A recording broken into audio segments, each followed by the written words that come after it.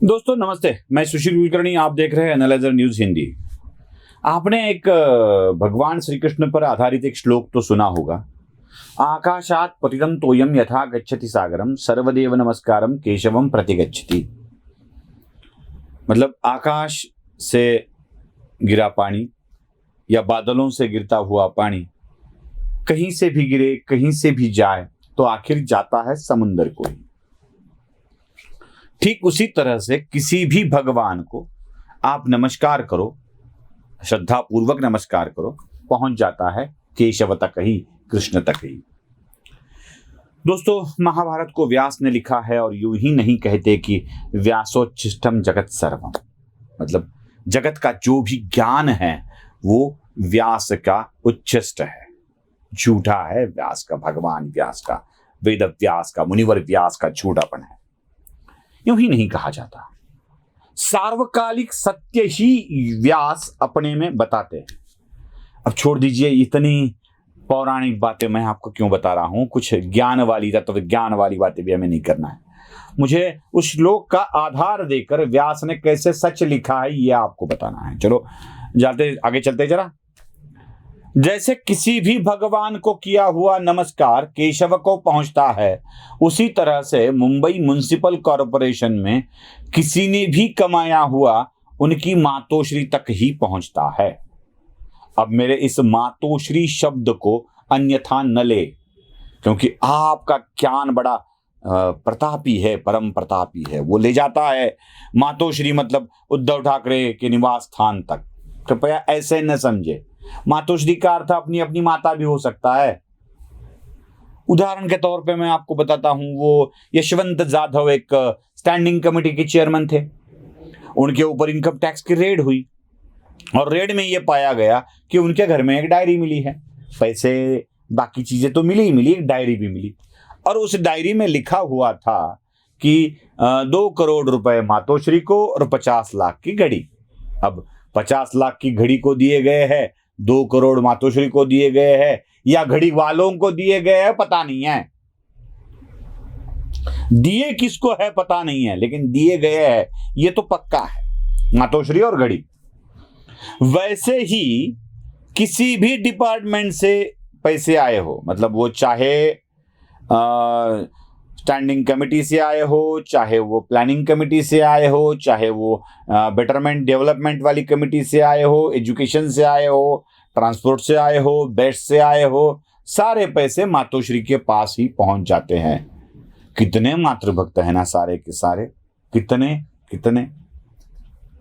मतलब जैसे केशवम सर्वदेव नमस्कारम केशवम प्रतिगच्छति जैसे बोल जाता है, वैसे ही सर्व कमिटी नमस्कारम मातोश्री प्रतिगच्छति। हर कमेटी को किया गया नमस्कार मातोश्री तक ही पहुंच जाता है। इसीलिए तो मातोश्री बहुत बड़ी है भैया। मातोश्री का स्थान तो सब में बड़ा है। चलो ये बात छोड़ दे, हम मातोश्री मतलब उद्धव ठाकरे वाले के घर के ऊपर बात करते हैं। ऐसे समझा जाता है कि प्रबोधन प्रकाशन प्राइवेट लिमिटेड ये मातोश्री का ज्ञात इनकम सोर्स है। और कोई बिजनेस है तो पता नहीं है, इन्वेस्टमेंट्स कहीं है तो पता नहीं है, लेकिन एक बात जरूरी है कि किसी के निजी संपत्ति पर बात करना गलत बात है, कानूनन भी गलत बात है। लेकिन अब मातोश्री में जो रहते हैं वो निजी व्यक्ति नहीं रहे हैं, सिर्फ व्यक्ति नहीं रहे हैं। उद्धव बाला साहब ठाकरे, हमने बाला साहब ठाकरे के निजी व्यवहार पर कभी चर्चा नहीं की, क्योंकि बाला साहब ठाकरे एक व्यक्ति थे, उनकी संपत्ति उनकी थी, उनके ऊपर हम बात नहीं कर सकते थे। लेकिन उद्धव बाला साहब ठाकरे 2.5 साल के लिए महाराष्ट्र के मुख्यमंत्री बने थे। अब वो निजी व्यक्ति नहीं थे, सार्वजनिक व्यक्ति थे। वो महाराष्ट्र के चलाने वाले पद पर बैठे थे, इसलिए उनके ऊपर चर्चा होना, उनकी इंक्वायरी की मांग होना स्वाभाविक है। सिर्फ उद्धव ठाकरे नहीं बल्कि आदित्य उद्धव ठाकरे भी प्रदेश के मंत्री बने, दीर्घकाल तक वो मंत्री बने रहे, 2.5 साल तक मंत्री बने रहे, इसलिए वो भी सार्वजनिक व्यक्ति हो गए।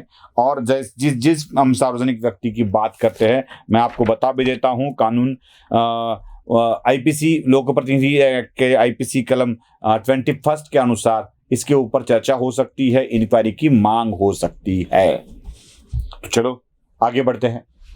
दोस्तों, कोरोना का काल चल रहा था और कोरोना के काल में सारी मीडिया क्या, सारे धंधे ठप पड़े हुए थे।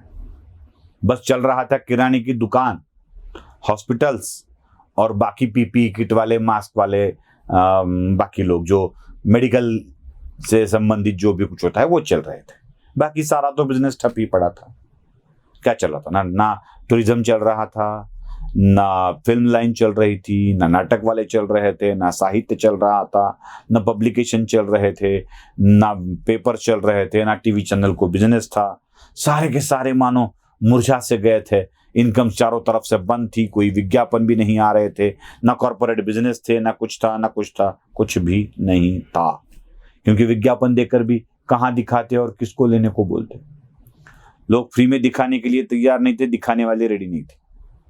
उस वक्त सारी की सारी मीडिया मानो पूरी की पूरी नैया डूब गई थी। न जाने कितने बड़े बड़े पेपर्स ने, times of India, Maharashtra times, लोक सत्ता, इंडियन एक्सप्रेस, पुण्यनगरी, सकाळ, लोकमत, न जाने कितने न्यूज़पेपर्स ने अपने एडिशंस भी बंद कर दिए थे। 10-15 दिन के लिए तो कुछ सारी की सारी प्रिंटिंग भी बंद थी, उसके बाद शुरू करवा दी गई थी। मई महीने में शायद शुरू हो गई थी, अप्रैल के महीने में सारा बंद था। और उसी दौरान एक घटना हो रही थी जो बाद में सामने आई।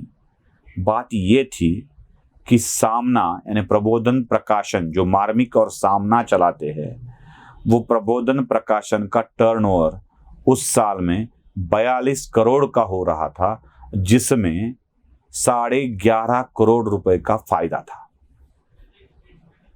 भाई और बहनों, मतलब ये वाक्य मैं जानबूझकर बोल रहा हूं भाई और बहनों, कि जिस वक्त बंद करने की नौबत आई थी, सिर्फ नुकसान नहीं, बंद करने की नौबत आई थी, उस दौर में सामना को 11.5 करोड़ का फायदा हो रहा था। ऐसा क्या कर रहा था सामना जिससे 11.5 करोड़ का फायदा उसे हो? क्या उद्धव ठाकरे अपनी दशहरा रैली में इसका जवाब देंगे? और यह सवाल मैं नहीं पूछ रहा हूं, आपको लग सकता है कि मैं पूछ रहा हूं, क्योंकि आपको आदत ही है, जब मैं शिवसेना के ऊपर बात करता हूं तो शिवसेना का ही भ्रष्टाचार आपको दिखता है क्या? जब मैं एनसीपी के ऊपर बात करता हूं तो एनसीपी का ही भ्रष्टाचार आपको दिखता है क्या? क्या कांग्रेस ही गलत दिखती है आपको, बीजेपी कभी नहीं दिखती क्या? जब बीजेपी पे वार करता हूं तो बीजेपी वाले बोलते हैं क्या आपको सिर्फ बीजेपी ही दिखती है क्या, दूसरा कोई नहीं दिखता है क्या? कितने 60 साल तक ये करप्शन चलता रहा है। ये जूते खाने की अब आदत सी हो गई है, हर एक से जूते खाते रहते हैं, कभी बीजेपी वालों से, कभी शिवसेना वालों से, कभी कांग्रेस वालों से, कभी एनसीपी वालों से, कभी किसी से, कभी किसी से। अब वो जूते खाना ही हमारी फितरत बन गई है दोस्तों। चलो नसीब में है तो वो भी खा लेते हैं, कई लोग पैसे खा लेते हैं। कोरोना काल में जब लोग नुकसान में जाते हैं तो 42 करोड़ का धंधा कर लेते हैं, 11.5 करोड़ का फायदा कर लेते हैं, हम जूते खा लेते हैं। बाकी क्या है, कुछ खाने के लिए कुछ ना कुछ तो चाहिए ना, खाने की आदत होती है। लेकिन ये दावा मैं नहीं कर रहा हूं, ये दावा एक लड़की कर रही है, गौरी भिड़े, जो मुंबई की रहवासी है, जिसके पिताजी का, दादाजी का राजमुद्रा नाम का एक प्रिंटिंग प्रेस था, जिसके लिए वो हर बार मुंबई म्युनिसिपल कॉरपोरेशन में जाती थी अपने पिताजी के साथ, अपने दादाजी के साथ। उसने नज़दीक से देखा है कि क्या होता है मुंबई म्युनिसिपल कॉरपोरेशन में, किस तरह से पैसे पहुंचते हैं। और उसके मन में एक सवाल आया कि क्यों न जाने इसके बारे में सवाल पूछे जाए। उसने एक कंप्लेंट भी कर दी मुंबई पुलिस कमिश्नर को। मुंबई कमिश्नर ने उस कंप्लेंट को इकोनॉमिकल ऑफेंस विंग को सौंप दिया गया, लेकिन जुलाई से लेकर अगस्त सितंबर तक ना उसके कंप्लेंट की कोई दखल ली गई, ना उसको कोई जवाब दिया गया। बस कह दिया कि आग्रहित कर दी गई है, कुछ भी नहीं हुआ। तो उसने एक सुप्रीम कोर्ट के जजमेंट का आधार लेकर, आई थिंक वो जजमेंट ललिता कुमारी का है, उसका आधार लेकर हाई कोर्ट में याचिका दायर की, कहा कि इसके ऊपर कार्रवाई होनी चाहिए। ललिता कुमारी जजमेंट का एक आधार और भी है, जो अनिल देशमुख गृह मंत्री थे महाराष्ट्र के, उनके ऊपर भी जयश्री पाटिल नामक वकील ने ऐसे ही कंप्लेंट दायर की थी, लेकिन एफआईआर नहीं हुआ था।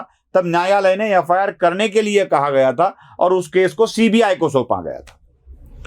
वही आधार लेकर गौरी भिड़े कोर्ट में गई है, और उद्धव ठाकरे के खिलाफ याचिका दायर कर दी गई है। शायद दशहरा रैली में उद्धव ठाकरे इसका भी ठीक ठीक से जवाब देंगे। अगर नहीं देते हैं तो लोगों के मन में सवाल तो निर्माण होगे ही। गौरी भिड़े जो सवाल पूछ रही है, क्या है आपके ज्ञात सोर्स जिससे आपकी इतनी आमदनी है, उसे भी उजागर करेंगे। और ठाकरे परिवार बहुत अच्छा है, ये भी उद्धव ठाकरे जरूर साबित करेंगे। वीडियो पसंद आए तो लाइक, शेयर और सब्सक्राइब जरूर कीजिएगा। धन्यवाद।